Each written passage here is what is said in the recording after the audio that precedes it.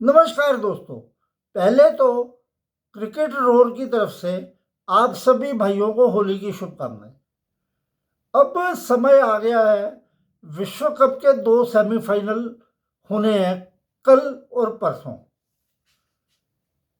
दोनों सेमीफाइनल एक तरीके से सेमीफाइनल ही इसीलिए कहते हैं कि इसमें दो हार्ट ब्रेक होते हैं और दो उम्मीदें जीवित होती हैं चैंपियन बनने की।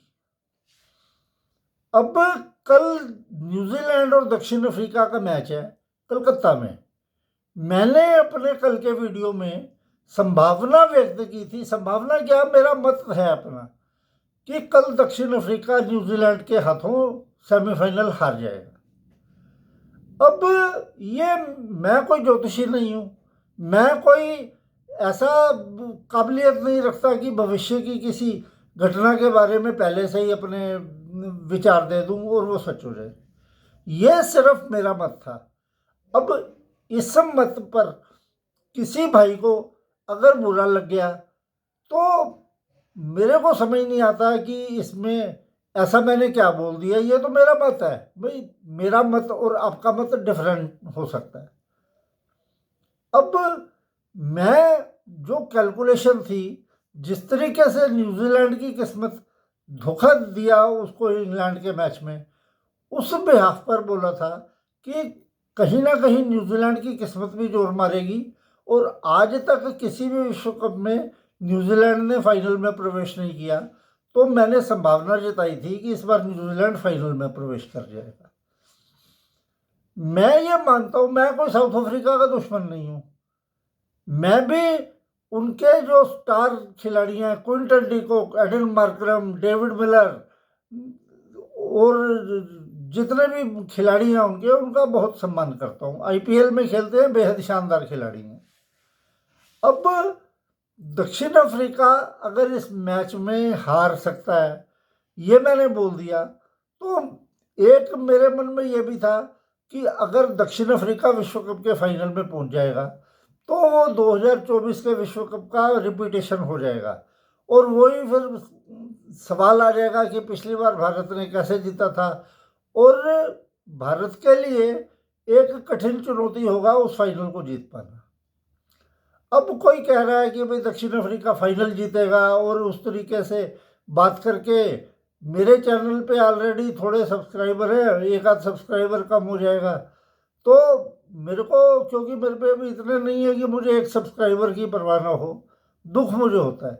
लेकिन मेरा सिर्फ ये मत था कि न्यूजीलैंड ने अभी तक कुछ हासिल नहीं किया इतने विश्व कपों में, और दक्षिण अफ्रीका जिस तरीके से खेल रही है, कहीं ना कहीं तो उनकी जो बल्लेबाजी क्रम है चरमरा जाएगा वो 230-40 बनाने के चक्कर में, क्योंकि 8 बल्लेबाज हैं उनके पास और बेहतरीन बल्लेबाज हैं।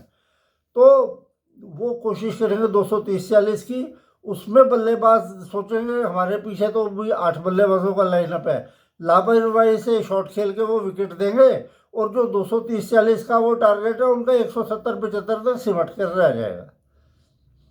बाकी अब खेल जो होगा तभी पता चलेगा कि मैं कोई ज्योतिषी हूँ, मेरी बात सच भी हो सकती है, नहीं भी हो सकती।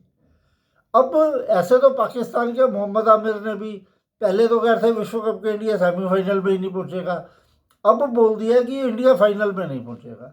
चलो भाई, मान लिया नहीं पहुंचेगा, जब मैच होगा तो देख लेंगे। वैसे भारत को इंग्लैंड अगर जीतना चाहता है तो एक ही स्थिति में है जिसमें इंग्लैंड कॉन्फिडेंट होगा, वो है कि पूरा मैच वॉश आउट हो जाए। वॉश आउट होने से क्या होगा, क्योंकि इंग्लैंड इस टूर्नामेंट के रूल ऐसे हैं कि सुपर 8 में जिसके ज़्यादा पॉइंट है वो टीम ऊपर जाएगी। तो उस स्थिति में भारत टूर्नामेंट से बाहर होता है सेमीफाइनल में। लेकिन जहां तक इंग्लैंड की बात है, उनकी जो बल्लेबाजी है वो कोई ऐसी चमत्कारी बल्लेबाजी उन्होंने नहीं की जिस तरीके से उन्होंने घिसट घिसट कर मैच जीते हैं। वैसे तो भारत का भी ऐसा ही प्रदर्शन है, लेकिन भारत का फिर भी थोड़ा बहुत स्थायित्व वाला प्रदर्शन है। अब लंका की पिचों पर तो उन्होंने रेहान अहमद को खिला लिया, वो उनके काम आ गया। मुंबई में रेहान अहमद काम नहीं आएगा उनके। और इंग्लैंड होने को कुछ भी हो सकता है यार, होने को कुछ भी हो सकता है, लेकिन इंग्लैंड की जो स्थिति है इस वक्त मुझे नहीं लगता कि वो फाइनल के लिए प्रिपेयर होंगे अपने लिए। वैसे इंग्लैंड भी एक बार विश्व कप जीत चुका है, तो भारत की स्थिति मजबूत है। लेकिन कल का मुकाबला दक्षिण अफ्रीका और न्यूजीलैंड के बीच ये तय करेगा कि ऊंट किस करवट बैठेगा।